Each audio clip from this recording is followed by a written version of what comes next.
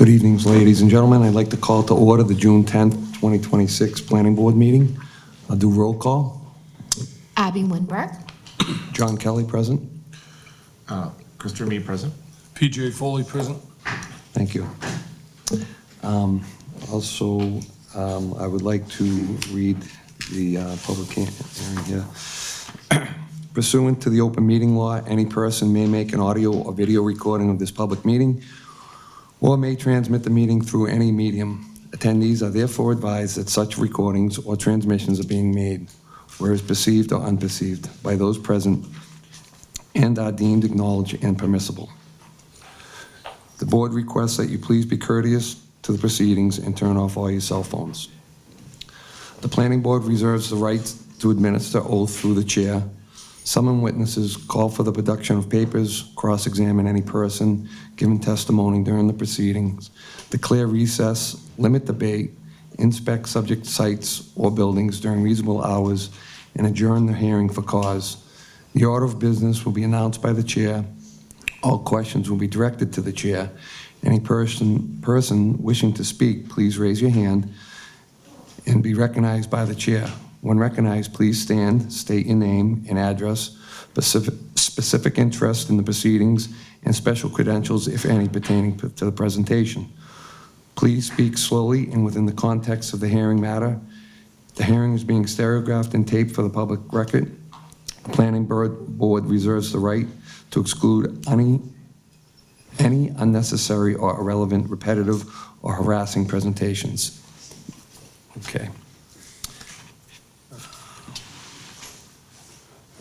And then I'd like to take a vote to see if, for the minutes of May 13th. Make a motion to approve. Second. The minutes. Okay, all those in favor? Aye. Thank you. Okay. First order of business. We got some correspondence. Okay. All right. This is regarding this, we have a couple correspondence. This is 475 Hancock Street, the battery energy storage systems. Dear Mr. Stevens and the Planning Board, on behalf of the proposed battery energy storage system project at 475 Hancock Street, Quincy, we respectfully ask for continuance for our apparent schedule for the June meeting. We understand that the landlord is actively working with the city on a surge and storm infrastructure issue on the site, and we would like to provide time for the remedy plan to be developed and coordinated with the city. As such, we believe it would be premature to appear before the planning board at this June meeting without this information. Accordingly, we kindly request a continuance and ask to be scheduled for the appearance before the planning board at its July meeting, which time and present update information for the board's review. Jennifer Crawford, present.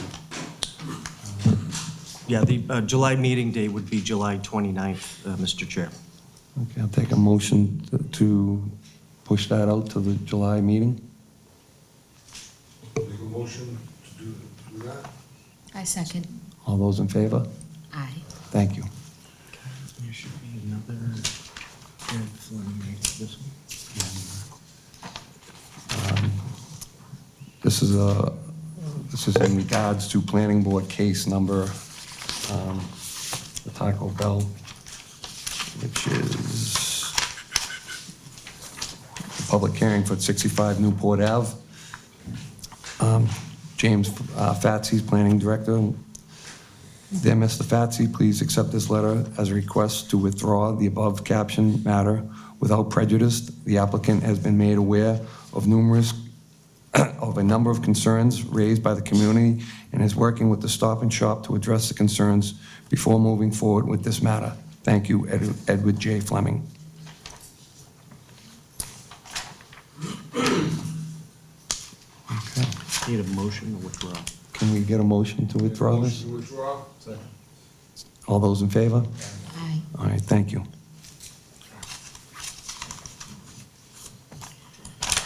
All right. Mr. Chair, looking out into the audience, I believe the Crown Colony project team is here in full. I do have a text that 90 Columbia is hit some traffic and they're running late. I don't see the full project team for 190 Franklin Street. So if you're willing, taking it out of order, we could open up the 1600 Crown Colony Drive public hearing. Are the, is 1600 Crown Colony Drive ready for presentation? Yeah, ready, Mr. Chairman. Okay, this is a public hearing. It would be on Crown Colony Drive, Planning Board case, 2026-COC-01.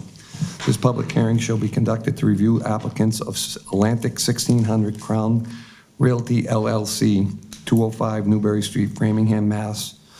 01701, certify of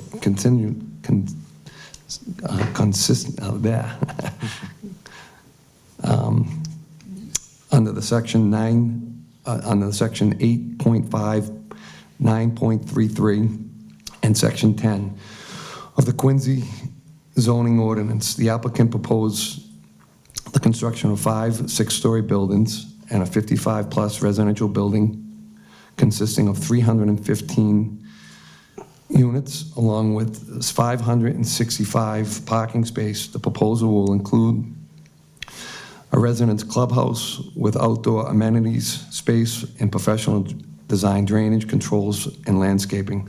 The property contains 15 acres of land and is located at 1600 Crown Colony Drive.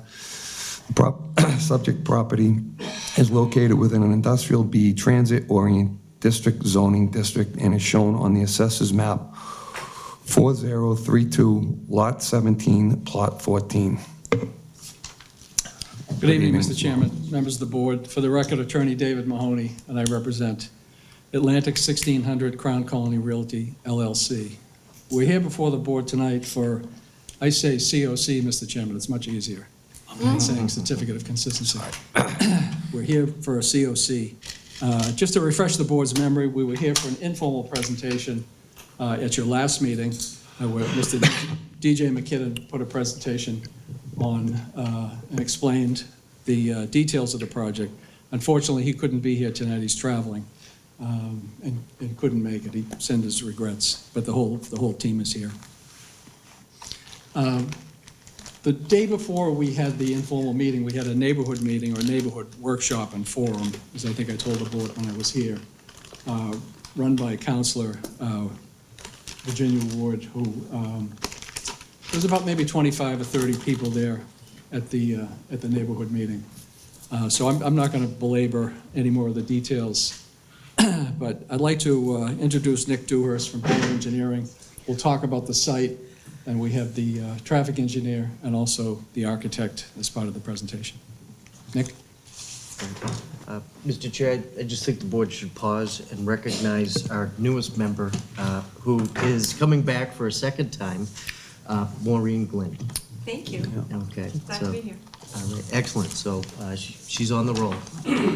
You're participating and jumping right in on this new case. Apologize for being late. That's okay. Good to see you.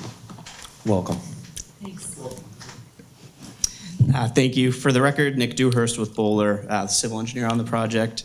So I know you're all vaguely familiar with it, just based off of that informal presentation that we gave you folks at the last meeting, but I'll just sort of give another kind of high level, maybe a bit more detailed rundown on the proposal here. So what we're looking at, right up on the screen is one of the just street renderings, just kind of showing, this would be kind of if you're at the intersection of Commerce and Crown Colony looking into the site.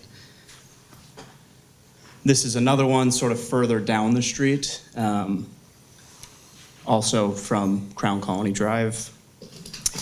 The site, I believe we're all familiar with it. It's a 15-acre, so it's 1600 Crown Colony. It's a 15-acre parcel. It's currently an office building. It used to be Harvard Pilgrim was sort of the sole entity in the building. Now it's actually completely vacant. So the site is primarily just that office building and then sort of a big sea of parking. This is just sort of a bit more zoomed in aerial of the site.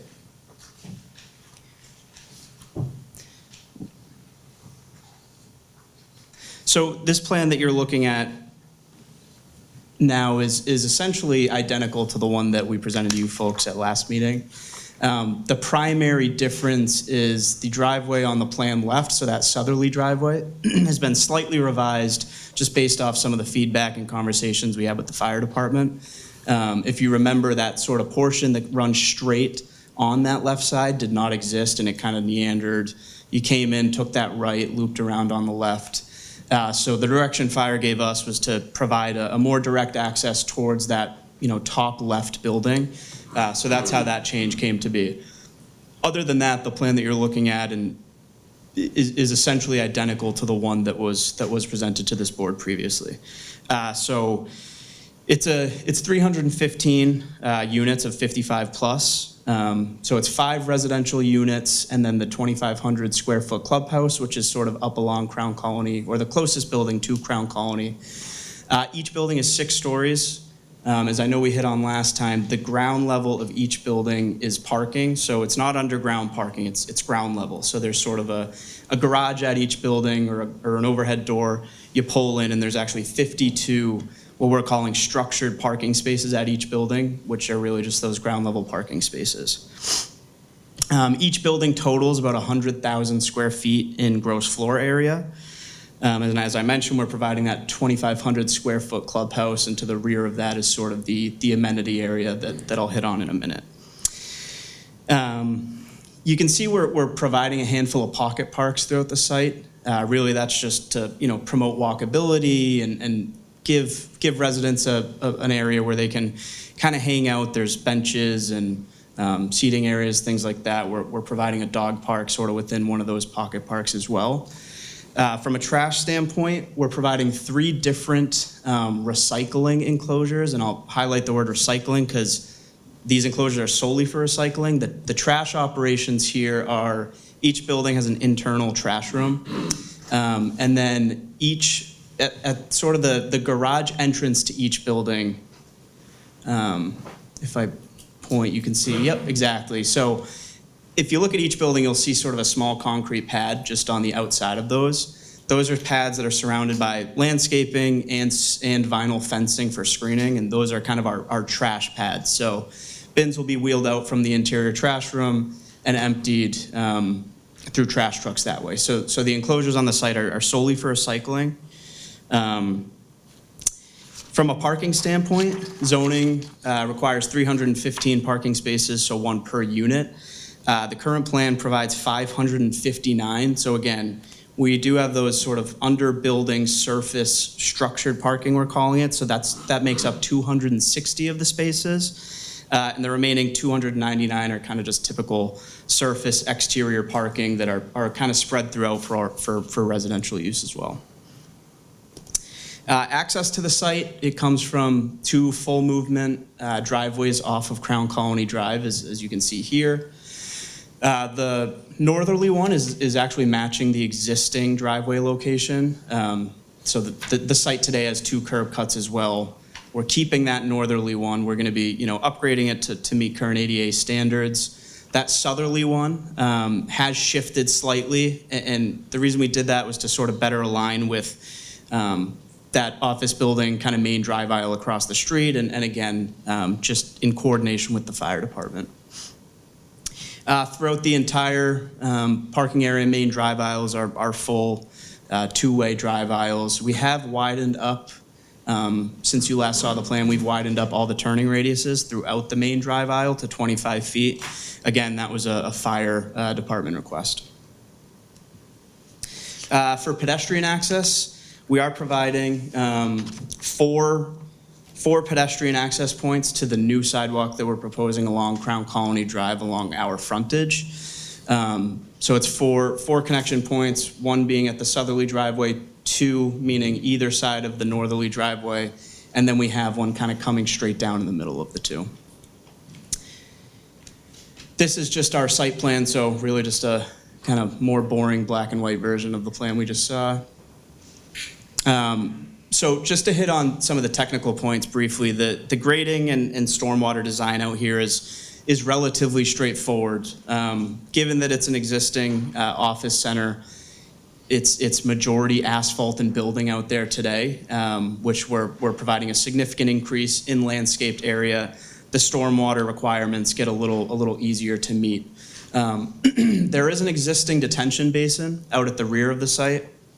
We are proposing to reuse that when the current owner, or the applicant, closed on the property. They actually went in and restored that basin, mucked it out to be to meet its sort of design intent condition. So I believe they took 12 to 18 inches of muck off the bottom of that basin. So it's currently operating and will in the proposed condition as it was originally designed for. We are providing a handful of proprietary stormwater quality units throughout the project, and really that is to meet the city's total suspended solids, TSS, and phosphorus removal requirement. As I'm sure you're aware, we've gone through review with both Beta and DPW on the stormwater and utility side, and this stuff has been sort of vetted out with them. Grading is also, given that it's mostly paved today, we're really in an effort to, avoid any imports or exports or significant imports or exports. We made an effort to match the existing grading to the best of our abilities. So there's really no significant cuts or fills throughout the site. It's really just kind of refining things to sort of make our stormwater design work a bit better.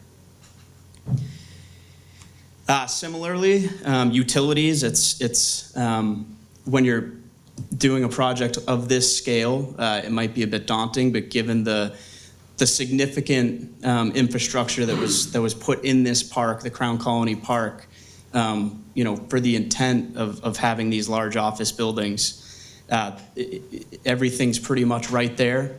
So, for example, sewer, there's actually we're connecting to the sewer in 2 locations. Sort of on that northerly side, there's actually an existing stub that's stubbed into the site that we're going to be tying into. On the southerly side, we are making a new connection into Crown Colony Drive. It's actually the only place that we need to cut into Crown Colony Drive for utility connection, or I should say across Crown Colony Drive, because the water, we are making 2 new water connections to the water main, so we're looping it around the site as we sort of discussed with DPW. And tying into the the existing 12-inch main for water. And then electric, we've actually already started discussions with National Grid. The initial feedback we've had, and we had a site meeting out there with them, is that there should be plenty of capacity within the park, and there shouldn't be a need for any significant electrical upgrades. And then gas, these buildings are all electric. So there's really no gas. We will have a small gas service that services the amenity area, which just consists of outdoor seating, grilling, some bocce courts. And the reason for that is just, gas for the grills, if there's any fire pits, things like that.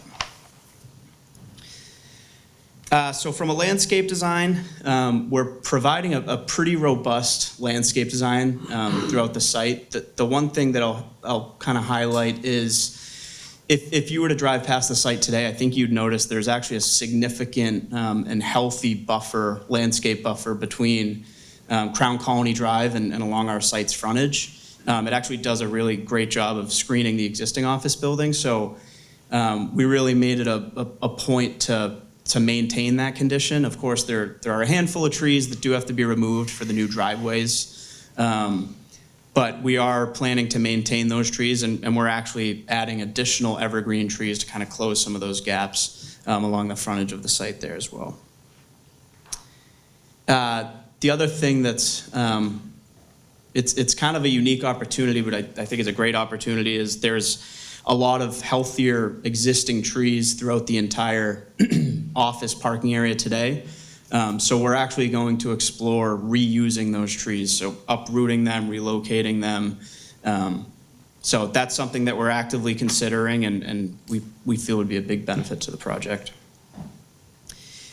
This is just sort of a blow up of some of the more, what I would call critical areas. So we're showing the landscaping around each of the residential buildings, so sort of a typical landscape for each building. Landscaping around some of the pocket parks, landscaping around the driveways, and then landscaping along that amenity area. And then lastly, we did provide a lighting plan. I won't spend too much time on it, but we did provide full photometrics to show that, we're providing safe and adequate light levels sort of throughout the entire parking and pedestrian access areas. So with that being said, I will turn it over to our traffic consultant. Yeah, I appreciate it.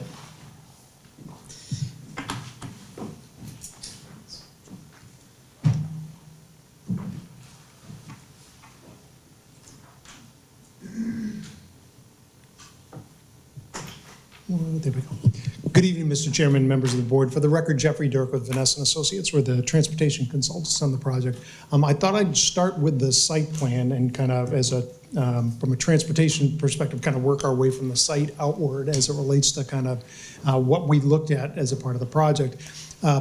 I know you're very familiar with the area. Sidewalks in this area, as we're looking at it from a kind of a multimodal perspective, they're on the inside, really, of Crown Colony Drive. So on the outside where the site is located, there's this missing segment of sidewalk.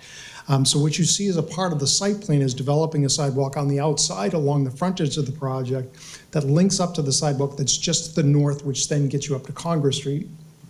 There is a sidewalk on the opposite side, as I said, on the inside of Crown Colony Drive. What we've been discussing with the city traffic engineer is the crossing that you see at our north driveway. That will be the primary connection to get from one side of basically our side to the sidewalk that's on the inside. And what we've been discussing is enhancing that crossing with a rectangular rapid flashing beacon. A little bit different with having residents here. We know that they'll be walking. We obviously want them to be able to connect up to the train station as well as to bus service, which is provided along Center Street. And so that crossing becomes an important part of this development, and putting the rectangular rapid flashing beacon provides that connectivity.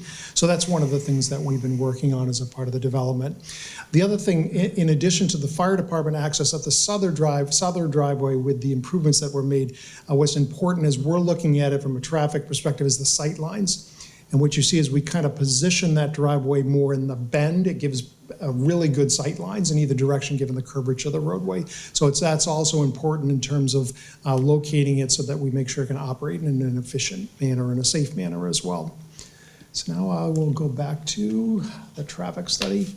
So I'll walk through just a few slides in our transportation analysis. We conducted this analysis very closely with the city, working with the city traffic engineer, as well as with Rob. Now, Rob provided to us an understanding of all of the projects that are happening in this area of the city, so that as we're looking at the assessment, we've incorporated all of the developments in the area, including the project at Columbia Street that's on your agenda as well tonight. That's in our transportation analysis.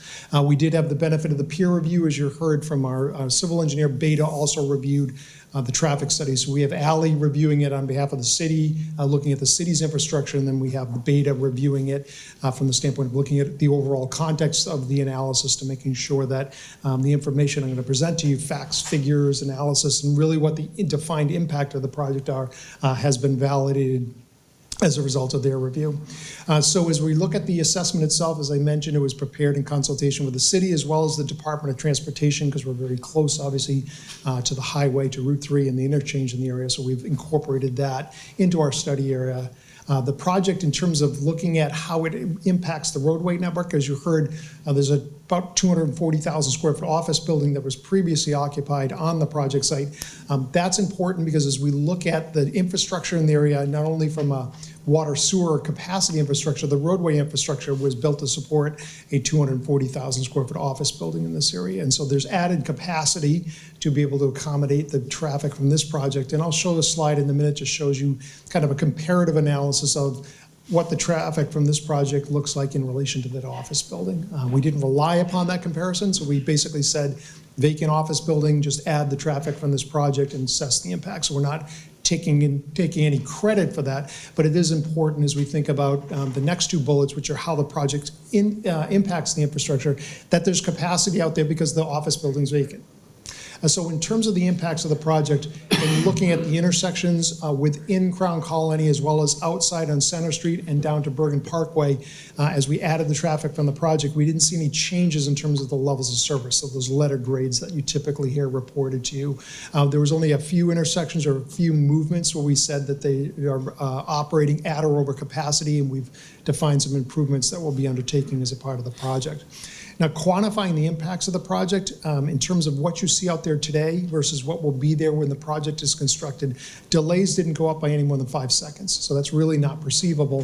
What is perceivable is the backups and queuing that you have along those roadways, and what we showed is with the project's traffic before and after, there wasn't an increase of any more than one vehicle. So again, not significant, and that really deals with, again, vacant office building, as well as the fact that this is an over 55 community as well, so the traffic volumes are a little bit lower than a conventional apartment complex. Vehicles exiting the driveway. As you get further into Crown Colony, the traffic volumes are very low. This section of Crown Colony, in terms of a daily basis, is about somewhere around 2,000 vehicle trips on a typical weekday. As you get closer to Bergen Parkway, those numbers are about double that. And so with the nature of this section is low volume, low speed, and so it's a perfect location for this type of a use. So the driveways operate with very little delay. As I said, we do have two intersections at Bergen Parkway at Center Street. That location, as well as the Center Street Crown Colony, very close by, that's a high crash location. Now, it's a high crash location based on two criteria. The first is just the number of crashes that are happening. They tend to be low-speed, fender bender, rear end type of crashes, but also in terms of looking at the severity of those crashes there as well. Both of those criteria, it's higher than the state average in terms of number of crashes, but it also exceeds the high crash rate, which would mean the severity of the crashes are higher than or more severe than what they would expect at an intersection with the traffic signal in this context. So we have improvements that we're suggesting that will be undertaken as a part of the project to address those. Lastly, I already spoke about lines of sight at the driveway. They meet or exceed what's required for safe operation. So you've seen this slide just in terms of looking at where the project's located within Crown Colony. And I think, again, just importantly, it's deep in Crown Colony, so the traffic volumes at the front where the commercial spaces are much higher than what we have at the back end of Crown Colony. So again, for the context of a residential project, it's a perfect location for that. This slide shows the study area that we looked at, so it was the entirety with all of the intersections within Crown Colony, and then getting out to Center Street, looking at both Center Street and Crown Colony Drive, and then the Bergen Parkway intersection. And that's where the traffic from the project obviously is very concentrated. Some of the traffic will be using directly the ramp to get right onto Route 3 or to head onto 93, and then the rest of the traffic will be heading out towards Center Street. So that's our study area. Just in terms of a transit-oriented development and looking at the slide, we have obviously the Quincy Adams T station, and then we do have MBTA bus service along Center Street. So this slide shows the trip characteristics of the project. The two large numbers, the one you see at the top is the daily number on a 24-hour basis. That's everything in and out of the project. The next number, it's 60, is the weekday morning peak hour. So this is 1 hour in the morning, and I've shown the peak hours actually in the little chart below. So the 8 to 9 in the morning, we'll be producing about 60 vehicle trips. 8 to 9 is the peak traffic volume period within Crown Colony.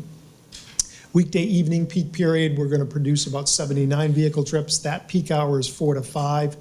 The 874 is the Saturday number. We did look at a Saturday condition as well, just given the fact that we have the BJ's Wholesale Club at the south end of the corridor. So we thought it was important to provide that context as well. Typically, we would just look at weekday conditions, but there is retail within the site itself. So the Saturday, we're producing 874 vehicle trips. It's lower than the average weekday. And then the Saturday midday peak hour is about 104 vehicle trips. The midday peak hour is 12:30 to 1:30, and that's influenced by the wholesale club. So it's roughly between 60 and 100 added peak hour trips. And again, we're not considering the office building. Now, when we look at the comparison to the office building, now looking at the shaded column to the right, you see it's a significant reduction in traffic. And again, this gets back to why not a significant impact to the project. We have about 100 peak hour trips, let's see, dispersed onto the roadway network, but you have a roadway that was built to handle a 240,000 square foot office building and that traffic on this property. And so that's why there's this excess capacity as it relates to the project. This slide just shows the dispersal of trips to the roadway network. The point of this really is to say that 100 vehicle trips roughly that we're talking about, it's concentrated at the project site, but then when you get away from the site, the numbers get smaller and smaller, so we don't have concentration of traffic at any one point. So you never have a point beyond the driveways where you have 100 vehicle trips. It's smaller as you get away from the site, and that really gets to why we don't have a significant impact. So as a result of our analysis, we have a series of recommendations. The first are dealing with the site plan, and I think you had a very good presentation of the site plan. We developed the traffic study before the site plan is published for the city's review. And so these recommendations are provided so that they can be incorporated in the site plan, and they've all been a part of the site plan. These are things as a board you'd expect on any good site plan. Proper driveway widths, proper circulating aisles, proper traffic controls within the site. So I don't think there's anything here that would be unexpected that you'd want on a site plan. So looking at offsite, we have two recommendations as they relate to offsite. The first one is traffic signal timing improvements. As we get down to Center Street, there are specific movements that are operating at or over capacity with extended queuing, and those two intersections at Crown Colony Drive and Burbank Parkway operate in very close coordination with each other. So we're suggesting that those two intersections should be retimed to optimize the timing and phasing, reduce queuing. So that's something that's a recommendation as a part of the project. Safety enhancements, as I mentioned, we do have a high crash location at Bergen Parkway. And so the first step is to conduct a road safety audit that's done elsewhere in the city, and that's to identify a series of measures to improve safety. The outcome of that will be improvements. And so we've committed to conducting the road safety audit and then conducting what's known as the short-term low-cost improvements. Those are signal timing, those are signs and pavement markings, minor geometric improvements, things like that. But they're really, the short-term low-cost is kind of it's a term of art, but what these really are, these are short things, short money things that can be done very quickly, and they are shown to be the most beneficial in terms of enhancing safety, and so that's why we'll be undertaking those. The last set of recommendations is in this last slide is our transportation demand management measures. Again, this is a transit-oriented development, and so these are measures that are designed to encourage our residents to use alternative modes of transportation, as well as including, it is a senior housing community, but that doesn't mean that not active seniors, so making sure that they can walk and bike safely. So those are a part of the project as well, making sure we have those connections to the sidewalks, but also having bicycle parking within the site. And that is my last slide. I think I'll turn it over to architecture. Yes, sir. Thank you.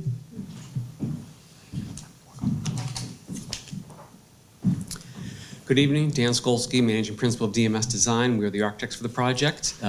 Nick did a pretty good job of giving you the overalls of buildings. I am going to walk you through the residential building floor plans, the exterior, the materials we're proposing, as well as the clubhouse floor plans and materials that we're proposing. So on the screen is the lowest level of the apartment building. As we discussed earlier, it is mostly used for parking. It is what we call parking at grade. So again, you drive in at the grade, there's no ramp down, there's no ramp up. We have a series of single parking spaces and then a series of dual or tandem parking spaces. Our main entry lobby is at the lower left. You see we walk in, we have a pair of elevators in each building. We have some back of the house functions down here. We have a sprinkler room, an electric data room down here, as well as our trash room, which we are planning to have a trash compactor in, and you'll see we have a second means of egress stair down here. And for an at-grade parking level, this is what we're calling fully enclosed. So sometimes they're open, sometimes they're fully enclosed. So this is not gonna look like a building that's up on stilts. It's gonna have full walls around it. And with that said, for safety and building code, it will be ventilated to get fumes out. This is our typical floor plan, and for floors first, second, and third, and that's first, second, and third of the residential floors. It's actually 2, 3, and 4, if you would.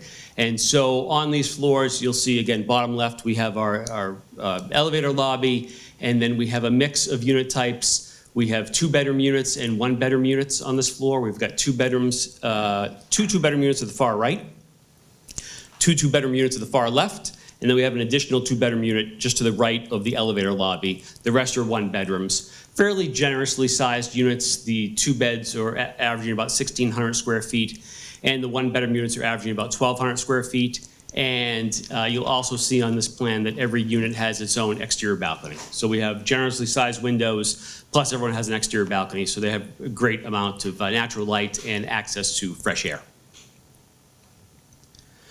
As we get to the top of the building, these are the 4th and 5th floors of the residential, which is the 5th and 6th floor of the building. Very similar layout. The exception is we swapped out a few more 2-bedroom units instead of 1-bedroom units. So we still have the 2-bedroom units at the ends and a 2-bedroom to the right of the elevator lobby. And then if you look at Plan North, you'll see we have a whole string of 2-bedroom units there instead of 1-bedroom units. So 63 units per building is what we're proposing for this. And this is a sense of what our exteriors look like in these renderings. So the buildings have a flat roof.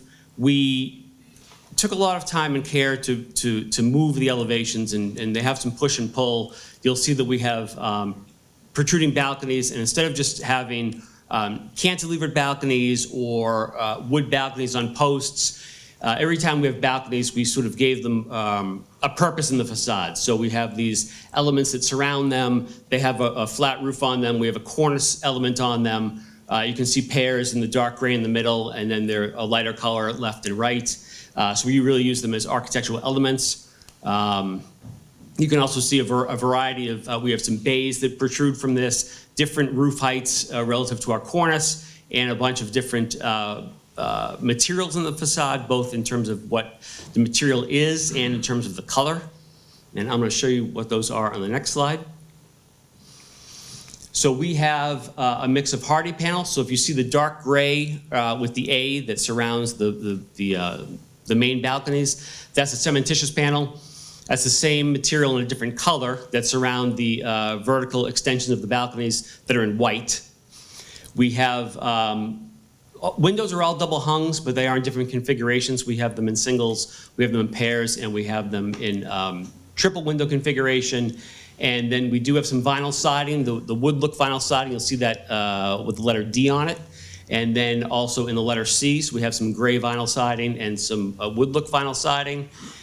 Where the building meets the ground, we've got masonry materials. So if you look at material G, which is at the bottom base, that lighter colored material, that's a stone on the facade. And then finally at the building entries, you'll see the designation F above our main entry door on the left. And again, symmetrically on the right, that is a brick product that we're proposing to use there. And this is the floor plan for the 2,500 square foot clubhouse. So you walk in, we have a front porch to create a seating area and also have some nice shadow and give some depth to the building. A large multi-purpose room in the middle. We have a flex room, we're calling it over to the left. We think that's probably going to be a fitness center. We do have some office space, top left and top right. We think one of those will certainly be a co-work space, and the other is we're expecting will be for on-site management. We have a rear porch with some seating, and again, Nick had talked about some amenities that we have behind the building. We have grill stations, we have bocce courts, we have a number of seating areas, and then we have restrooms here, a smaller kind of meeting room down in the bottom right, and a kitchen. The idea being if you have an event for your family and you have a few more people coming over, you can bring food down here and warm it up and serve it to your friends. Certainly, it's by no means a restaurant or anything commercial, just something a little bit larger that if you had some friends over that don't quite fit into your unit. And this is the clubhouse. So hipped roof at the main building, hipped roof at the front and rear porches as we talked about, large size windows with transoms over them, a pair of doors front and rear with side lights and transoms, a couple different siding materials here in vinyl and cementitious for the trim, slightly different architectural style here than we had for the residential buildings, which are a little more contemporary. This is a little more traditional as we kind of break the scale down for these buildings. And that is a good overview of the architecture. I will leave it back to this, but I'm certainly here for questions as the conversation continues. Thank you. Thank you, Dan. Mr. Chairman, that concludes our presentation of the professionals that are here. I think you'll find that all the department heads have given their comments to the board. The peer review report has come in. Our team has responded to the peer review comments, and you have everything you need. I just will close by saying this is just a great reuse of that site. And shows how long I've been around. I did the permitting on the building 25 or 30 years ago. And now it's getting torn down. But this is a great use for it, over 55 housing. There's a real need for it. And the questions we had at the neighborhood meeting was questions like, they were looking to see what the prices were, when are you gonna start? So I sensed there's a real support for it. The counselor is here, she can certainly speak for herself, but that concludes our presentation, Mr. Chairman. Okay, thank you. Are there any questions from the board? Thank you, Mr. Mahoney. Are there any questions from the board? Yeah, through you, Mr. Chairman, thank you. Excuse me, nice job on the architecture. I want to compliment on the decks, semi-enclosed. You mentioned the building coming down. When this site was built, the whole site, it was really robustly built, you know, from a structural point of view, stormwater, everything. My thought is, if you're gonna take out, wherever you remove the asphalt and replace with greenery, which is a lot of that, which is fantastic, there's gonna be, the substrate underneath those parking lots is probably gonna be deep. Because, like I say, they went overboard in their construction techniques when this was put together 25 odd years ago. So, excuse me, again, the reason I mention that is, if you were to take off the asphalt, put down some lumen seed, it's gonna look like $1 million, but water is not gonna penetrate through that substrate if the substrate's left there. And my thought is, what it would lead to is water sheeting off that forever. Yep. And it won't go down. And the other thing, one quick comment now, that substrate is expensive. That's your site works people, when they go in, take down that building and start preparing the site, they're probably, if they're worth their salt, and I know they're gonna be, they're gonna probably wanna take that out and stockpile it somewhere and reuse it again on the site. But the only reason I mention it is it's gonna be gravel, crusher run type material, we call it, or it's called. And when it's compacted, even though it's gravel, it has a consistency of cement. So nothing's gonna percolate through that. So just a thought as you move forward, and it's probably gonna happen anyway, that you're gonna completely clear out that site and go deep. Great. But if any of the area is gonna be left, and you know, it's just a thought that it would behoove you not to just put seed and grass on top of it. Get it, you know, move it out, and you can reuse it. It's valuable. Yeah, no, absolutely, and it's a great point. I know we did do a significant amount of geotechnical investigations out there, so test pits and Beautiful. borings throughout the entire lot. So we do have a pretty good comfort of what's underground. And I mean, to your point about reusing potential, you know, materials if it's suitable, we'll certainly work with the geotechnical engineers. And I mean, if the stuff meets the specifications that they call for, that's something we'll That's absolutely great. explore. Just a comment on my Yep. part. Thank you, Mr. No, Chairman. appreciate it. Is that it? Anyone else? Adam? Thank you. Great presentation. So you said 63 units, and then some of those units are 2 bedrooms. How many parking spaces underneath? And then I saw parking spaces outside, so will there be assigned parking? So I believe the interior spaces are assigned. So I think the idea is you can pay a little extra, have a designated interior space. The exterior spaces I do not believe will be assigned. And to answer your question on the number, it's 52 at-grade parking spaces beneath each building. Okay. And then the follow-up, I think it's fully electric in the building, so Yep. what about AC? Is that going to be HVAC units, or how is that going to work? Yep, so fully electric for the heating and the cooling and for the production of domestic hot water for bathing and sinks and the such. So yes, that'll be probably, we'll also have ERV units on here to capture, you know, in the summer when air is going out, we'll capture the cooling from it. In winter when we're exhausted, we'll capture the heat from it. But yeah, fully electric for that too. And just one thing I forgot to add earlier, I was also at the meeting with the fire department when we had a pre-meeting, and everything that they had requested we are doing in these plans. So they have, that's all incorporated. All set?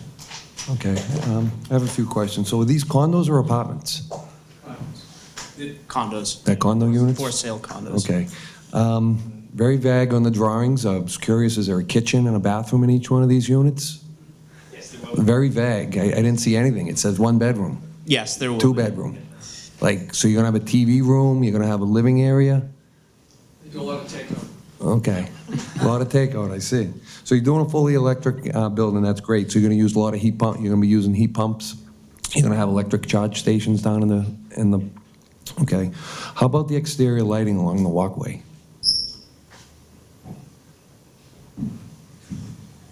We don't have specific fixtures picked now. We will be dark sky compliant with exterior fixtures, and we will have certainly lighted walkways. But in the walkways, in between the buildings, you're gonna have lighting and all that? It's okay. Yes. And there's be no condensers, so there's nothing gonna be on the roof for the AC using heat pumps? We are using heat pumps, but they will be on the roof. Okay. And we do one of two things. Often we use what's called a spline wall detail, where we'll build a wall 4 foot tall, Yep. and we'll hang them on the wall. But those go, when we do that, they're in the middle of the building. So with a 6-story building with sight lines, you won't see them. And that also helps us secondarily because it puts them over the corridor. So it helps us for sound, puts the vibration. I mean, they're pretty quiet anyway, but it puts that sound where we want it. The other way we do it is sometimes we'll take that spline wall and we'll make it more of a rectangle and create sort of a bathtub, if you would, and put the units in there. But regardless, they're always in the center of the building, and they're pretty low. Nothing's over 3 or 4 feet high there. We don't have like a big cooling tower like you'd have on the office building we have on site now that has a dunnage, and it's a big machine that's as big as a truck. These are little units that are this tall and this wide. Yeah. And then at the clubhouse, you're not sure if you're gonna have a weight room or gym or whatever. You said you're gonna have a pickleball, bocce court? That's outside. Okay. Yes. Yeah, we have, again, it's a flex room officially here. I think we'd be hard pressed not to have fitness on site. So I suspect we'll have a fitness room there, but it's just not officially decided yet, but it would seem. Like if you go down Not to have to fitness. the Hingham Shipyard and look at those units down there, it's a nice setup down there. Now, outside, I know that you have a lot of extra space on the side, on the left-hand side of that building. Any idea for use of that land? No, right now we're planning for green space as shown on the site plan. Okay, all right. And the only thing I just want to say is that in the past, the owner's been very good to the men and women of the city of Quincy. Can you relay the message that we would appreciate if he continues to use the men and women of the city of Quincy when building this project? Understood. Thank He'll you. hear you loud and clear. He's watching from California. How you doing, DJ? All right, thank you. This is a public hearing. Does anyone wish to speak on this matter? Mr. Dunn?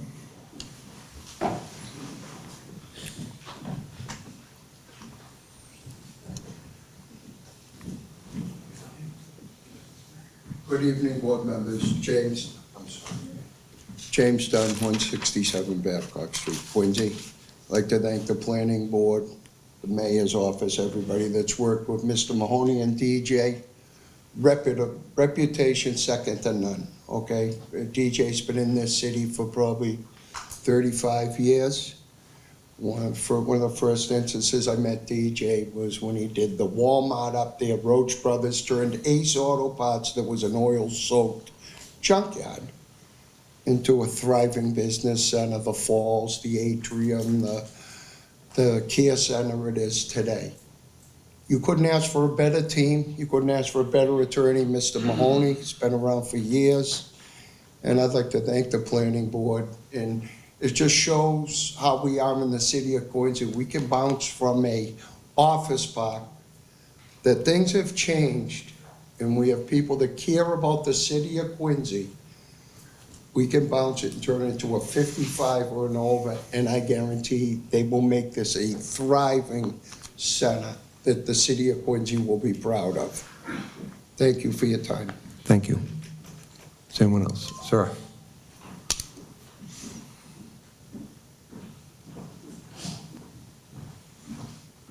Hello, I'm Scott McKeel from Station Street in Quincy. I'm here for a following manner, but I just wanted to add this to you to think about. When you do these huge buildings with apartments and condos, and they install a master cable TV system, a thing that you might want to put in the requirements would be that the cable system also have a diplexer with a TV antenna pointed at Needham as part of the system required by regulations, so that residents who occupy these facilities do not have to pay the ridiculous prices for cable. They can just plug their TV and get off-the-air TV from the stations that need them for free. You know, making life affordable is an important thing, and I just figured as long as you were asking for questions, and I'm here for another matter, I would offer that to you. And thank you very much. You guys are doing a great job. Thank And I you. approve of the project for 55 plus, because I'm 65 now. Ma'am.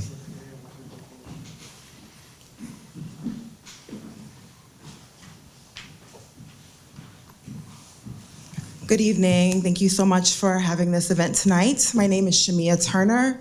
I am a representative of the Sheet Metal Workers Union, and I just want to make a comment that many of the people who would work on this project from Quincy are from the building trades unions, and so I'd hope that when considering the workers on this project, you want to make sure that they are contributing to the economy of Quincy in a responsible way. And I really appreciate this is a senior housing, because one of the tenets of being in a union is that people are able to retire with dignity. And so this would contribute to a circular economy that will allow everyone to thrive in the future. Thank you. Thank you very much. Anyone else? Yep. Get to you next, Counselor. Sorry. Good evening. Good evening. Name's Frank Baxter. I'm a business representative for Carpenters Local 346. I represent a few hundred members that live here in Quincy. I think this project would be great for the Carpenters Union. It's right in our ballpark. I'm hoping when the time comes that Atlantic Development would like to sit down and have a conversation and take bids from our GCs on this project. I think for all the union members that do live in the city of Quincy, this would be a great project for them to work on, and they live here also. So I think it's a great project. And like I said, I hope they give us consideration when picking the GC. Thank you very much. Thank you. Counselor.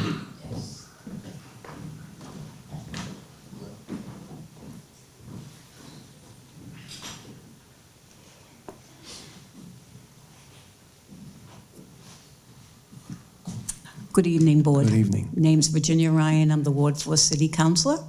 I had the opportunity to have a community meeting last month, and the project was very well received by the population within Crown Colony. This is a much-needed project for a older population, which is missing in Quincy. So I heartily support this project. Thank you. Thank you. Is there anyone else that wishes to speak on this matter? I guess that would be you. Good evening. My name is Pat Mulcairn. I'm with Plumbers Local 12 and president of the Quincy Building Trades. I'd like to echo Frank's sentiment, and I was hoping to run into DJ tonight. So DJ, if you're watching, how you doing? But we'd just love to have a conversation about the project.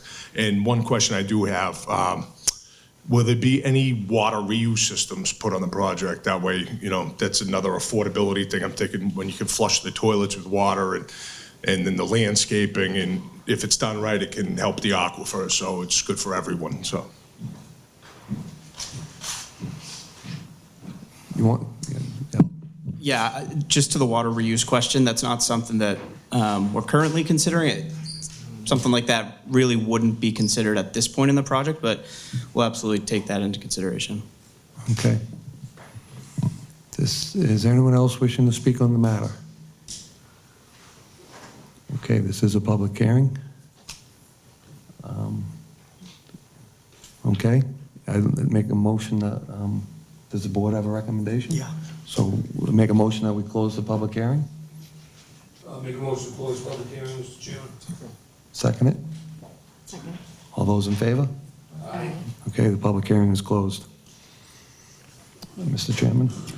Sorry, Mr. Stevens? Sorry. Good evening, Mr. Chairman, through you to the board. The department does have a recommendation. A couple of points I do want to make is the proponent did organize a meeting with the city departments and the peer reviewer to really hit the ground running, and they were very responsive during that review. This project comes to us under the city's transit-oriented district zoning. It's under section 8.5. If you recall, a few meetings ago, we had those design guidelines for the TOD district updated. And instead of issuing a site plan review, we do issue a certificate of consistency with that zoning ordinance, with those guidelines. So with that, and two other things that we focused on the traffic. I think you heard the presentation tonight. The connectivity of the park. You know, this was an office park. We've rezoned it for residential. It's gonna, over time, be more residential. We need to consider more children, more elderly in this area. But there needs to be a bit of an update to the entire roadway network. The applicant has agreed to enhance the pedestrian crossing out in front of this project to connect to the sidewalks already in place on the inside of Crown Colony Drive. I think that adds a flashing beacon. We did hear a comment that speeding on that edge of Crown Colony is a concern. So we think that enhanced crosswalk will help traffic calming in that area. You also heard road safety audit would be performed. The applicant has agreed to contribute $50,000 to the city of Quincy in order to, for the city's TPEL office to start taking those traffic measures of looking at the larger park for enhancement. You know, we'll be looking and moving to more of a complete street view, which would include bike lanes and sidewalks, but we got to take that first step, and we're thankful for this project here to begin that work. With that, after consideration of the site plan, accompanying documents, and the comments received by the city staff and peer review consultant, the department recommends the board approve the certificate of consistency, or COC, as defined with the Quincy zoning, as defined within the Quincy zoning ordinance, Title 17, Section 8.5, transit-oriented districts, subject to the below listed special and general conditions. The applicant shall comply with the City of Quincy inclusionary zoning ordinance, Section 7. The applicant shall submit an IZO application to the Affordable Housing Trust Fund Committee prior to the issuance of a building permit. A decision by the Affordable Housing Trust Fund Committee shall be made on the subject property prior to the issuance of a temporary or final occupancy permit. Special condition number 2, prior to the issuance of a building permit, the applicant shall obtain the following: a City of Quincy stormwater management and land disturbance permit, a City of Quincy drain permit, a stormwater pollution prevention plan, and an EPA construction general permit. Special condition number 3, the applicant shall submit a construction management plan to be filed and approved prior to the issuance of a building permit. This shall include the locations of stockpile and/or staging areas for construction equipment and materials. The applicant shall also address construction period traffic impacts by providing a detailed sequence of construction and addressing any space constraints and detailing how they'll be addressed as construction progresses. 4, the applicant shall reconstruct the sidewalk along the entire property frontage of 1600 Crown Colony Drive with cement, concrete, broom finished, with border and tool joints, and reset or replace granite curbing as specified by the Department of Public Works. The applicant shall provide ADA and AAB compliant sidewalks and wheelchair ramps at all crosswalks within the project site. Special condition 5, the applicant shall make improvements to the existing crosswalk at the southerly driveway by incorporating the following: making the existing ramps on each side of the sidewalk accessible, extending the existing median through the crosswalk to create an area of pedestrian refuge and to reduce the crossing distance for pedestrians, and adding a 3-way rectangular rapid flashing beacon, RRFB, at the crossing to improve visibility and to provide a message to drivers that pedestrians are present and are crossing the roadway. Special condition 6, prior to the issuance of a building permit, the applicant shall provide $50,000 to the Department of Traffic Parking, Alarm, and Lighting to help fund the planning, design, and implementation of traffic safety strategies, traffic calming measures, and multimodal facilities along Crown Colony Drive. 7, the applicant shall perform a water flow test with the city's water department. 8, prior to the issuance of an occupancy permit, the applicant shall submit and record at the Norfolk County Registry of Deeds an operation and maintenance plan for the project stormwater system, which shall include the stormwater management owners, an estimated operation and maintenance budget, a schedule for all routine and non-routine maintenance tasks to be undertaken, Snow management plan showing snow storage areas and locations of all stormwater BMPs. Inspections shall be conducted by a qualified professional such as a civil engineer or an environmental engineer. Number 9, the applicant shall consult with the Quincy Health Department on noise mitigation measures for project-related noise-generating activities to comply with local and state regulations. 10, the applicant shall submit a written rodent control plan to the Quincy Health Department for review and approval prior to any site activity. Said plan must be designed for the duration of the project and include, at minimum, the name and contact information of a licensed pest control operator to be retained by the project proponent for the duration of the project.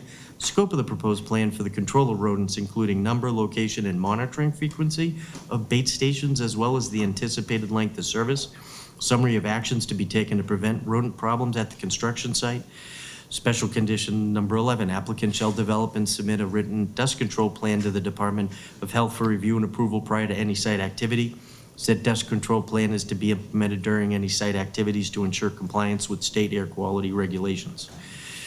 12, the applicant shall conduct a pre-demolition asbestos survey of any existing structures to be demolished. If there's any asbestos-containing materials present, they must be removed by a licensed contractor, and post-abatement inspection must be performed by a DLI-certified project monitor. Walkthrough inspection conducted by the Health Department is required prior to demolition. And that would conclude the department's recommendation. Thank you, Mr. Stevens. What is the wishes of the board?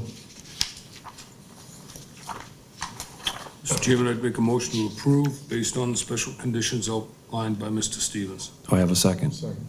All those in favor? Aye. Thank you. Congratulations. Thank you. Thank you very much. All of our late arrivals are here if you want to just go back to 19. And that will just handle Virginia. Ryan.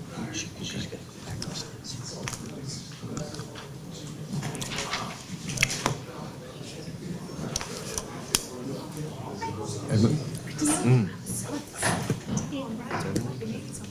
Yeah.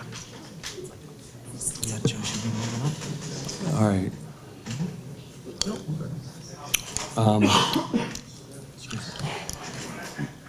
All right, the next case, I just want to make an announcement here. I just want to remind everyone that this is a 6 o'clock start time. So as the chair of this board, I would appreciate that all the attorneys and all the people coming in front of this board, please have your people here at 6 o'clock, not at 7 o'clock or 6:15, because I was taught if you're not 15 minutes early, you're late. So that's just throwing that out there. All right. The next case is continued public hearing. Yeah, back to 90. On 90 Columbia Street, Planning Board Case 202603. Good evening, Mr. Chair, members of the board. I apologize, I was the one who was late. There were 3 accidents on the way here in my defense, hour and 50 minutes. We all Long have time. excuses. I was here on time. He was here at time, and other people in the audience were there at time. Plan your day accordingly next time. Thank you. Understood. So thank you for hearing us, and glad to hear of the previous project, hoping to build on that positive momentum. I'll promise to be brief, given my tardiness today. Since the last meeting, we did set up a meeting with Mr. Stevens and Allison Luff from the Department of Traffic, Parking, Alarms, and Lighting, and had a very fruitful meeting to discuss the recommended draft conditions of approval. And I'm pleased to report that we had no edits to the city's comments, so it proved to be very fruitful. As far as updates, if I were to skip ahead to the revised layout here. So at the last meeting, and our engineer, when he's done celebrating the previous victory, will attest to in more detail. The sidewalk was extended to cover the length of Plain Street as requested.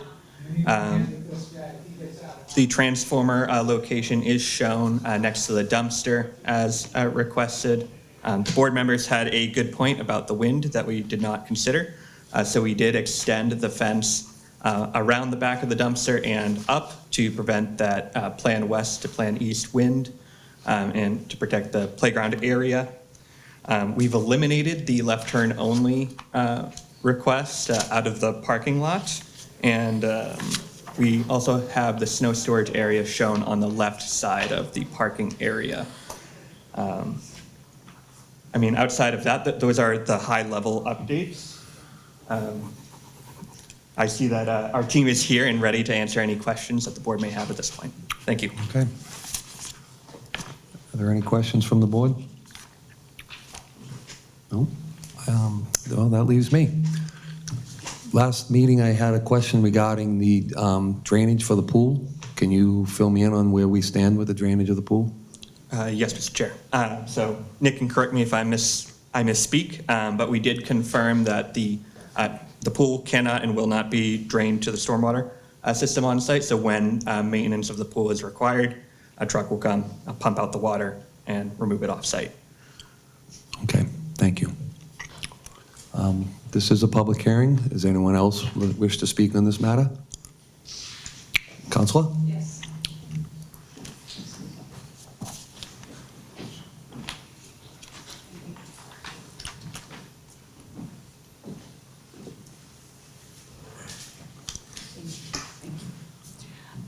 Again, thank you for having us here tonight. The name's Virginia Ryan. I am the Ward 4 City Councilor.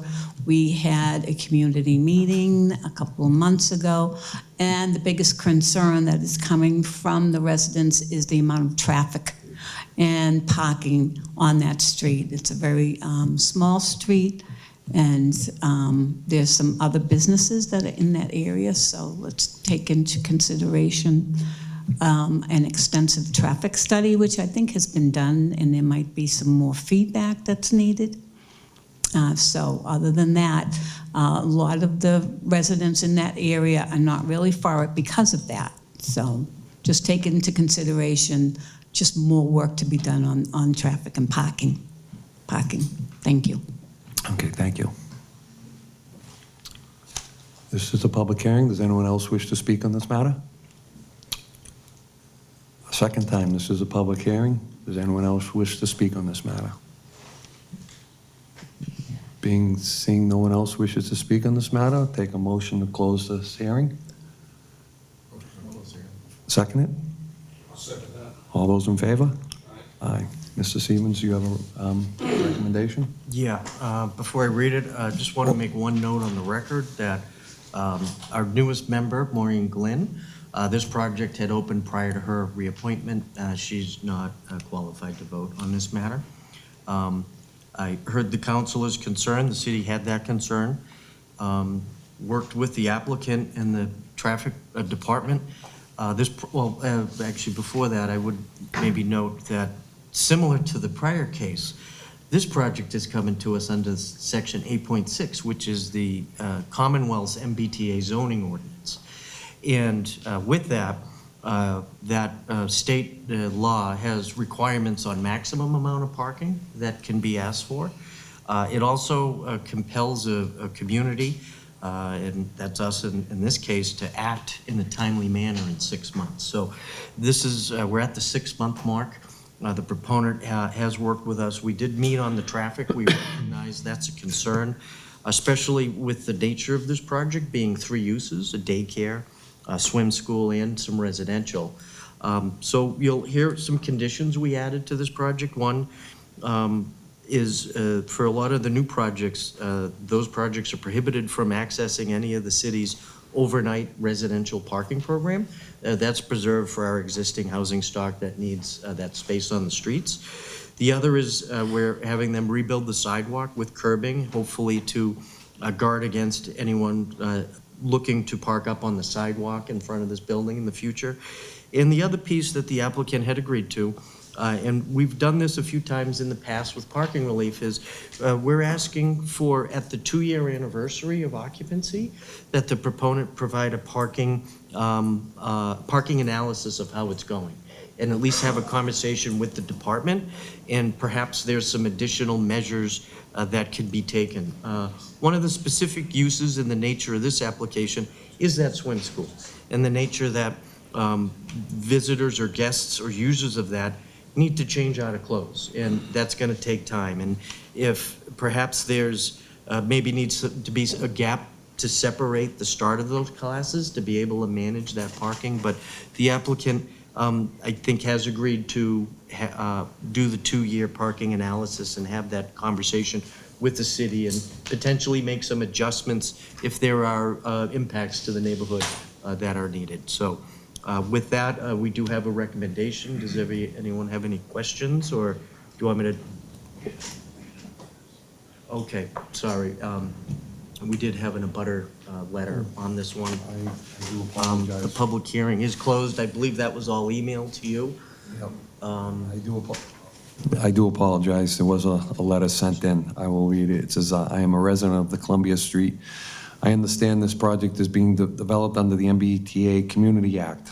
Quincy is compliance with the MBTA Community Act throughout the city with plenty of housing in close proximity of the MBTA station. I hope the decision to approve this project will not be based on the MBTA Community Act alone. Please consider the amount of traffic this project will increase on a small street as Columbia and the intersection of Center Street. Total trips in and out of this daycare swim school resident have been reported at 834 per day. The amount of parking spaces offered is 31 to 7 residential, 31, 7 residential, 2 handicap, and 20 employees. This leaves only 2 parking spots for drop-off and pick-up used by the daycare. With the enrollment of approximately 181 children, this does not accommodate the need for drop-off and pick-off parking. Parking on Columbia Street is posted as residential only. Benici Associates quoted on the last page of a traffic study, the peak parking demand should be around 45 vehicles. This development is not good for it's not a good fit in this already congested neighborhood of 90 Columbia Street. Thank you. Outside. Okay. All right, thank you. I just have one question, a clarification, sorry guys.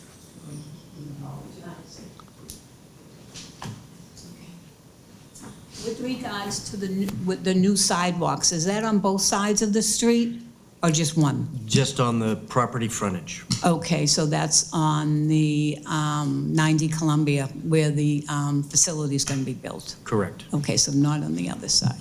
No. Did you take into consideration doing both sides? That typically would be a comment coming from Public Works. Okay. As most cases that we approve, we have the proponent replace the sidewalk in front of the site. Okay. That comment did not come through. I would note further down the street, it's an asphalt bermed sidewalk, so you know, it would seem to be that full sidewalk should be on some list at some point to get an update in this area. Okay, thank you. You're welcome. Thank you. All right. Do you have a recommendation, Mr. Yes. Stevens? After consideration of the site plan, accompanying documents, and the comments received from city staff and the peer review consultant, the department recommends the board approve site plan review under Quincy zoning ordinance, excuse me, Title 17, Section 9.5.1, site plan review, to be consistent with Sections 8.6.8, general development criteria, Section 8.3.8, special permit and site plan approval criteria, and Section 8.5.5, consistency review, subject to the below listed special and general conditions. 1, the applicant shall submit a construction management plan to be filed and approved prior to the issuance of a building permit. This shall include the locations of stockpile and/or staging areas for construction equipment and materials. The applicant shall also address construction period traffic impacts by providing a detailed sequence of construction and addressing any space constraints and detailing how they'll be addressed as construction progresses. 2, the applicant shall reconstruct the sidewalk for the entire property frontage along Columbia Street with new cement concrete sidewalk, broom finish with border and tool joints, and concrete curbing as specified by the Department of Public Works. 3, future residents of the development shall be prohibited from participating in the city's on-street resident parking program. 4, the applicant shall conduct and provide to the planning department a parking monitoring analysis 2 years after an occupancy permit has been issued to determine if the project is meeting its parking demand. If the ratio exceeds the projected ratios, Additional transportation demand management measures to encourage transit use may be required as specified by the Department of Traffic Parking Alarm and Lighting. 5, prior to the issuance of a building permit, the applicant shall perform a water flow test with the city's water department. 6, prior to the issuance of an occupancy permit, the applicant shall submit and record at the Norfolk County Registry of Deeds an operation and maintenance plan for the project's stormwater system, which shall include the stormwater management owner, estimated operations and maintenance budget, schedule for all routine and non-routine maintenance tasks to be undertaken, snow management plan showing snow storage areas and locations of all stormwater BMPs in each treatment train along with discharge points. Inspection shall be conducted by a qualified professional such as a civil engineer or an environmental engineer. 7, the applicant shall consult with the Quincy Health Department on noise mitigation measures for construction-related noise-generating activities to comply with local and state regulations. 8, the applicant shall submit a written rodent control plan to the Quincy Health Department for review and approval prior to any site activity. Said plan must be designed for the duration of the project and include the name and contact information of a licensed pest control operator to be retained by the project proponent for the duration of the project. Scope of the proposed plan for control of rodents, including number, location, and monitoring frequency of bait stations, as well as the anticipated length of service. 9, the applicant shall develop and submit a written dust control plan to the Quincy Health Department for review and approval prior to any site activity. Said dust control plan is to be implemented during any site activities to ensure compliance with state air quality regulations. 10, the applicant shall comply with the city's tree protection ordinance, Quincy Code, Chapter 311. That would conclude the department's recommendation. Thank you, Mr. Stevens. Do I have a motion of approval for those recommendations? Make a motion to approve based on the special conditions outlined. Do I have a second? Second. All those in favor? Aye. All right, thank you. Thank you very much. I hope your drive home's not that long.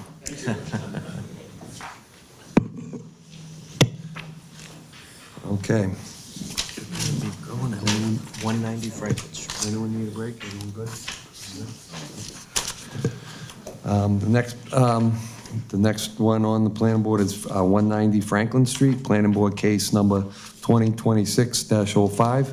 Mr. Foley, I just want to, I know you were out in the hallway last, when I made the announcement earlier, but these are 6 o'clock starts. Can you please, in the future, have your team here at 6 o'clock? Yeah, absolutely, we could do that, Okay. yeah, no problem. I appreciate it. Yeah, anytime. Because, you know, we were here, we were scrambling, no one had anyone here, and we start at 6 o'clock, so Okay. please have your whole team here at 6 Yeah, I o'clock. apologize, I thought we were third on the agenda, so that's my fault, I was running late, so. If, I had a bunch of stuff in my office I had to clear out, so. 6 o'clock start. Thank Yeah, you. no, yeah, Okay. sorry. Won't happen Okay, again. floor is yours. Yep. Good evening, Mr. Chair, members of the board. My name is Patrick Foley.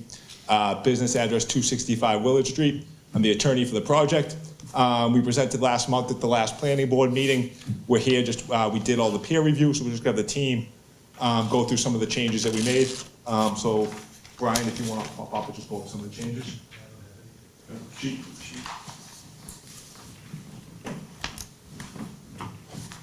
Good evening. For the record, my name is Chi Man from Hardiman Design Group. There are a few changes.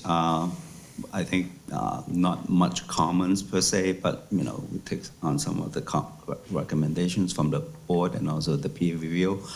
The changes are we changed the 2 parking that close to the tree to a permeable type of pavement. It's a gravel pave, basically.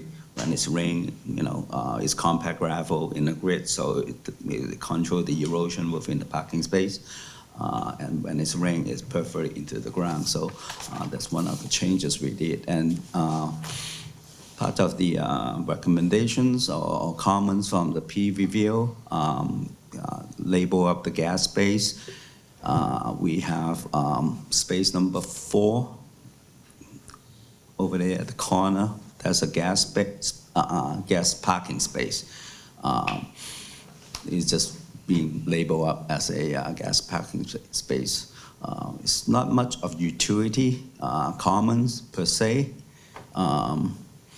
And we move around the snow removal area. We understand there's a concern about where the snow is going to be piled up, and also being a 4-unit, small compacts, it's a small association. They can also organize between the owners, block off some of the couple parking space at the gas parking so they can, prior to the storm, so when the snow removal contractor come in, they can push the snow in the back. I think that's, and some of the very minor comment is like labeling the top of wall or the retaining wall. Other than that, is really minor changes on the site plan. Okay, thank you.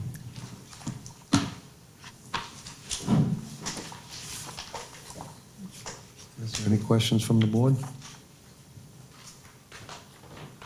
Okay, this is a public hearing. Is there anyone wish to speak on 190 Franklin Street? Is there anyone wishing to speak on 190 Franklin Street? Okay, seeing none, get a motion that we close the public hearing for 190 Franklin? Second it? Second. All those in favor? Thank you. Mr. Stevens, you have a recommendation? Yes, I do.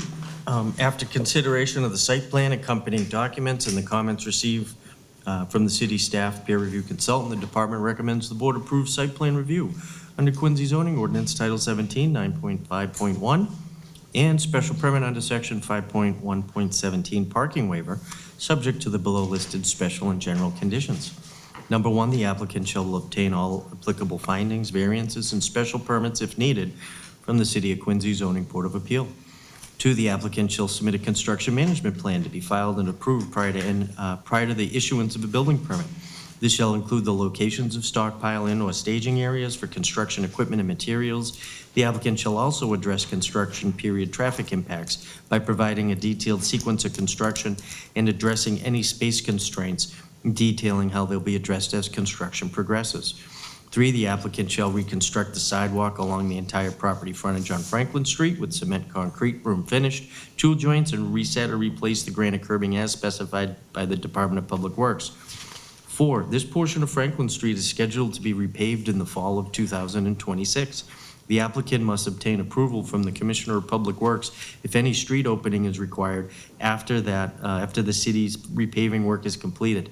The applicant shall be responsible for restoring the roadway to finished condition once construction activities have concluded, as specified by the Department of Public Works. 5, prior to the issuance of an occupancy permit, the applicant shall submit and record at the Norfolk County Registry of Deeds an operation and maintenance plan for the project stormwater system, which should include the stormwater system owners, estimated operation and maintenance budget, a schedule for all routine and non-routine maintenance tasks, a snow management plan showing snow storage areas. Inspections shall be conducted by a qualified professional, such as a civil engineer or environmental engineer. 6, the applicant shall consult with the Quincy Health Department on noise mitigation measures for construction-related noise-generating activities to comply with local and state regulations.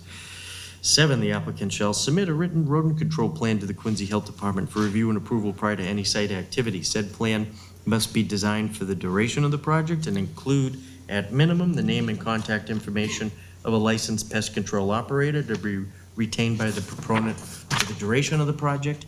Scope of the proposed plan for the control of rodents, including number, location, and monitoring frequency of bait stations, as well as the anticipated length of service. 8, the applicant shall develop and submit a written dust control plan to the Quincy Health Department for review and approval prior to any site activity. Said dust control plan is to be implemented during any site activities to ensure compliance with state air quality regulations.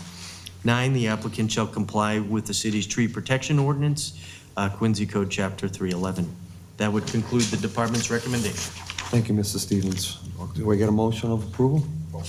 Second? Second. All those in favor? Aye. All right, thank you. Okay. The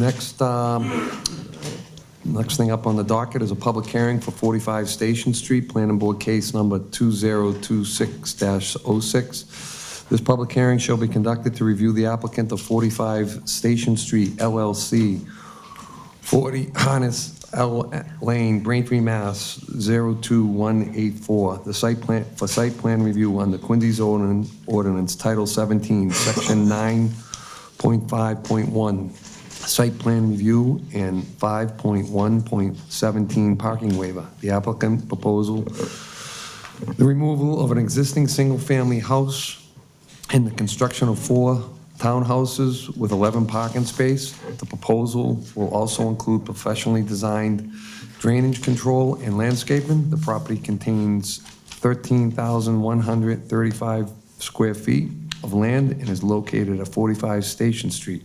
The subject property is located within a residential B zoning district and shown on the assessor's map 4029, Lot 5, Plot 12. You're up, Mr. Foley. Good evening, Mr. Chair, members of the board. My name is Patrick Foley. I'm the attorney for the project here tonight. My business address is 265 Willard Street in Quincy. I'm joined with Chi Man, who's our engineer. Our architect, Alita Alba from Chu and Associates, is unable to be here tonight, so I'm going to jump in and do the best I can to handle all architect issues that pop up and walk you through the floor plan. The property that we are here to discuss tonight is 45 Station Street. Currently, right now, on this 13,135 square foot lot is a single-family home. This is located in the residential B zoning district of the city. This piece of property has been run down for a long time now. My client bought it about a year ago, is hoping to restore it and make something less blighted in the neighborhood. For all you that were on the board, I believe 9 months ago, this might seem very familiar to you all. I know our newer members, it's the first time you're hearing it, so I'm going to unfortunately have to put them through it all again. So we were up here during that period. Our original proposal was for 5 units. We heard the message from the board, loud and clear. We heard it from the building department. 5 units was much too dense for this site. We had some design issues as well. So rather than keep coming up here and changing it and playing that game, we decided to withdraw it, redesign it, and change the project to something that hopefully fits more into the neighborhood and is geo-pleasing. So the proposal we're here to discuss tonight on this 13,135 square foot lot, we're proposing 4 units. This proposal, I believe, fits into the character of the neighborhood. Immediately next door, there's a 5-unit building. This 5-unit building sits on a 10,135 square foot lot. So we have 5 units on 10,000 plus square feet. Next door, we're looking to do 4 units on 13,135 square feet. So we're playing with 3,000 more square feet in 1 less unit. This fits right into the character of the neighborhood. If you go down Station Street and all the side streets around it, everything seems to, on the beginning of Station Street, you do have some single family homes, but as you go down, it's all multifamily properties. And it goes from 2, 3, 4 families, the 5 family next to us. And as you go up like McDonald Street there and the other side street there as well, you have some much larger developments there. So this fits into the character of the neighborhood. I also want to stress and point out, this is on a dead-end street. So anybody that's coming down Station Street, this isn't a cut-through street. Anyone who's on here is on here for a reason. The reason is they either live here or they're visiting somebody. They're not cutting through to go anywhere. We'll go to the architect plans that we have right here. Like I mentioned earlier, 4 units. We satisfy the parking requirement. Each unit is 3 bedrooms. 3 bedrooms and 3 stories, 34 feet high. And as you can see right here on the first floor, all these units are going to pretty much mirror each other. The units right here, the first floor, you're going to have a 2-car garage. And also inside of that garage is the mechanicals. The mechanicals will be kept in there. And you also see a spot there for trash bins and recycling bins and trash barrels. Due to the size of this project, they are going to rely on public trash like we all do on trash night. They'll roll their trash out, put it on the sidewalk like the rest of us do. So it's not going to be any private company coming in and removing trash barrels for the homeowners. Second floor. Basic floor plan right here. As you can see, living room, kitchen, in 1 bedroom as well here on the second floor. I'm sorry. Go up here, 3rd floor. We add 2 more bedrooms, which brings us to our 3-bedroom total. I want to add these are going to be owner-occupied condos that are going to be run by an HOA. So it's going to bring much-needed home ownership To the city, I mean, as you saw the first presentation here, with that 55-plus housing that's going in, there is a need. So we're hopefully going to provide four condo units for a first-time home buyer or somebody that wants to be in close proximity to the city of Boston or the highway. So let us go on here. As you can see right here, here's our elevations. Like I mentioned earlier, 34 feet high, 3 stories. There's going to be all these are going to mirror each other. Second floor is going to have a balcony off the back. It's a good opportunity for whoever the homeowner is to be able to sit outside, enjoy their property on any given day or night. And right here, you can see this is our material list. This is all the materials that are going to be used on the building, on the outside there as well. If everybody can read it, that's what we're going to be using. All right. This is the finished product right here. I think we can all agree it's a lot better than what's sitting there right now. The estimated completion time of this project, hopefully if we get the approval, it's going to be what, 8 to 12 months. I also want to add, I spoke to the city councilor tonight. It will be a neighborhood meeting at some point. We haven't had it yet, but we also are going to have another planning hearing in about 6 weeks and hopefully a zoning hearing after that. So there's going to be plenty of opportunity for anybody that is for or against this project to be able to meet with us and discuss any changes or any suggestions that they might have for us going forward. So we're open to working with everybody in the neighborhood. Here's our site plan here as well. As you can see right here, here's the existing site plan. Not to beat a dead horse again, 13,135 square foot lot, single family home on there right now. You see right here, here's our proposed, 2-unit townhouses, 2 buildings. We're gonna have a curb cut so you can access the property, come down, if you're coming down Station Street, you'll turn right, 2 guest spots off to the side. Each garage is gonna have 2 parking spots, which gets us up to our 8. As you can see, there is an abundant space for landscaping right there, 1, 2, 3 spots that are gonna be designated for landscaping. There's also, too, we have snow storage right there as well. As you can see it right there off to the right-hand side and right there up between the 2 buildings as well. So I'm gonna have Chi just come up here really quick and go over the drainage.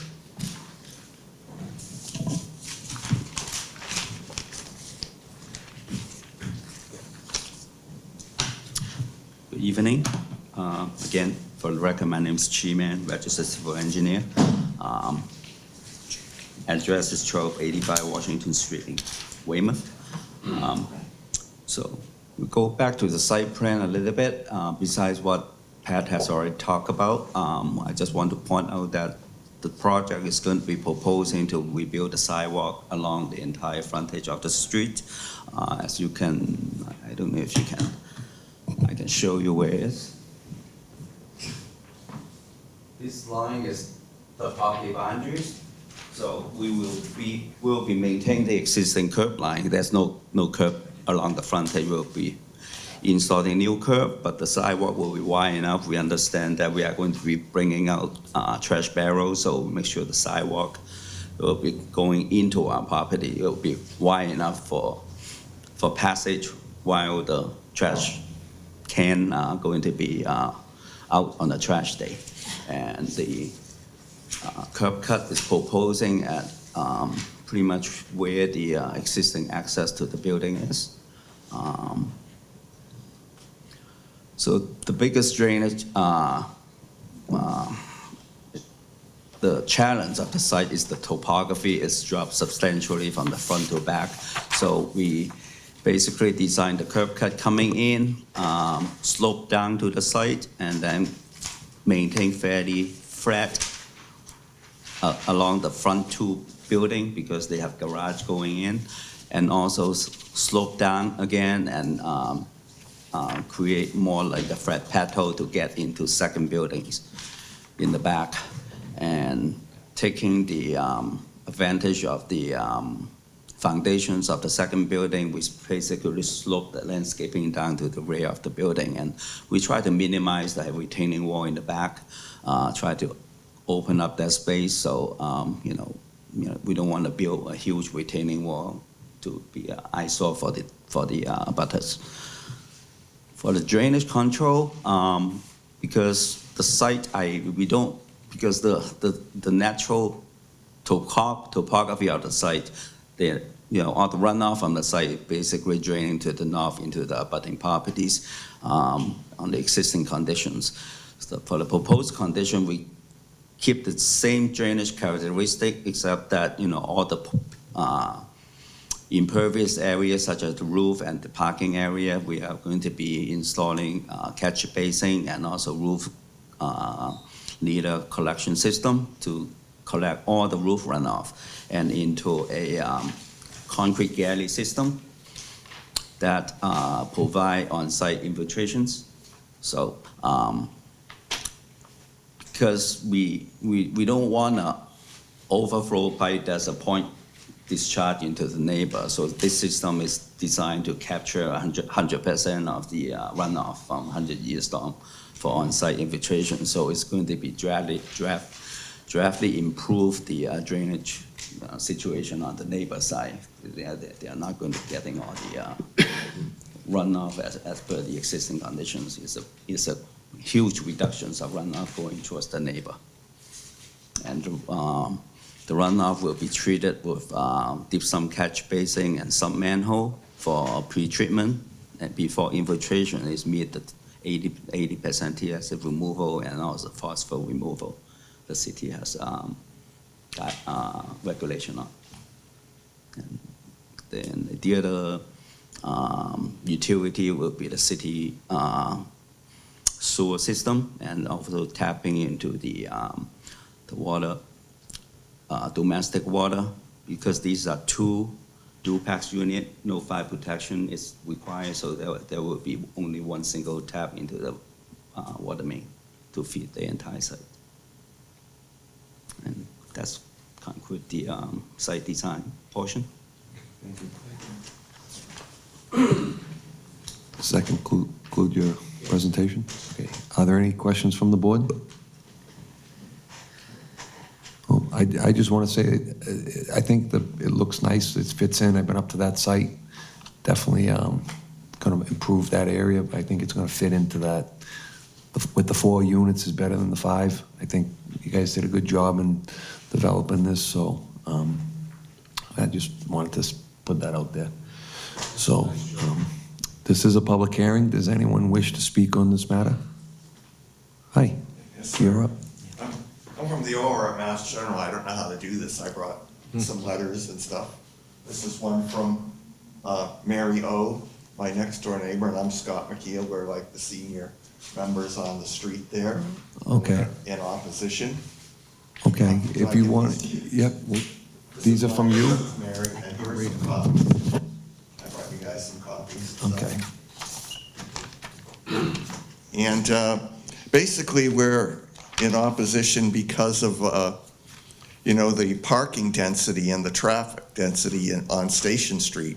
There are so many people living there, so they're forced to park on both sides of the street, all up and down most of the street. And, driving in and out of Station Street is getting to be like a demolition derby now. And a lot of people don't exactly park close to the curb, so there's always it's very narrow and difficult to get in and out of, especially for our service trucks and fire trucks and other public safety vehicles. So that's why we're in opposition for it. And we're asking for some mitigation and some changes in the parking laws on the street, like the possibility of making the even side of Station Street no parking anytime, so we don't have the problems with a very narrow restricted lane getting in and out, and the possibility of doing something about the end of Station Street as it gets out onto Center Street, because again, people park on both sides of the road there, and people are funneled into a very narrow entry and exit, and it's like, head-to-head demolition derby there. I'm not going to read through my whole letter, but I think it's got a lot of the terms that you guys like. It's a very cute project, and you did a great job presenting it, but I would just like to say, we should do something, because it is my letter says it all, and I thank you for your time, and if you have any questions for me, I'm happy to answer it, but we'd like to see something change, especially like no parking anytime on the even side too. And that's gonna be right next to the daycare center, so that's like a nightmare when they're dropping the kids off at school. There's people everywhere. It's difficult to drive in and out of there. And once again, being a ham radio guy, I would say, whenever you have one of these big projects like that, you should require the builder to put in a TV antenna. Well, sir, can we just talk about this one project? Yes, We're sir. talking about Station Street, not the project down the street. We've Yes, sir, I already get it. But anyways, I'm just talking for all us old people who don't want to have to pay for cable. Okay. There you go. You guys are doing a great job. I hope I didn't do anything wrong up here. Before you go, so the two pieces of correspondence you dropped, one of them is from you. Yeah. right? And then the other one is from Mary. Mary Ortolano. Ortolano, 76 Station Street. It looks like very similar letters. You mentioned you're not going to read it. Yeah, I wrote it, and Mary said, "Oh, that looks great. I'll use that too." And Okay. she was here, but her cat was sick, and she had to go home. I just typically for letters, we'll just read them into the record. You had your comments. Perhaps I could read it and then Yes, sir. get it to Mary as well as yourself. I don't know you know the right thing to do here, and I don't. Fair enough. That's fine. I will just go through that. Thank you. Are you finished? Yes, sir. Should I be finished? You tell me. Sometimes there's questions, but you just sort of, voicing your experience with the Yeah, neighborhood. I'll do everything I can for you. Tell me. Great. That's Thank what you. I'm here for. You guys are doing great. Okay, great. So I'll just read the letter so it's on the record. It's addressed to the Quincy Planning Board dated June 9th. Opposition to the proposed development at 45 Station Street. Dear Planning Board members, writing to formally voice my strong opposition to the proposed construction of the 45 Station Street case. As a resident deeply concerned about the future of our neighborhood, I believe this proposal is incompatible with the existing character and physical constraints of our street. Critical safety and congestion concerns. Station Street is narrow, residential street that is already operating beyond its functional capacity regarding parking and vehicular safety. The introduction of a multifamily unit development will significantly exacerbate these existing issues. Some bulleted points: severe parking deficit in commercial vehicles. Our street is already plagued by an overflow of parked vehicles, primarily due to existing rental density. This is further complicated by the frequent overnight presence of commercial work vans, which combined with the personal vehicles of those same residents, place a compounded strain on the limited on-street parking supply. Public safety hazards and regulatory compliance. When vehicles are parked on both sides of our narrow street, the remaining clearance is dangerously restrictive, often failing to leave the legally required 10-foot clearance from driveway edges. This creates a critical safety hazard by preventing adequate access for emergency vehicles, including fire trucks and ambulances, as well as waste management and delivery trucks. The third bulleted point: infrastructure strain and intersection safety.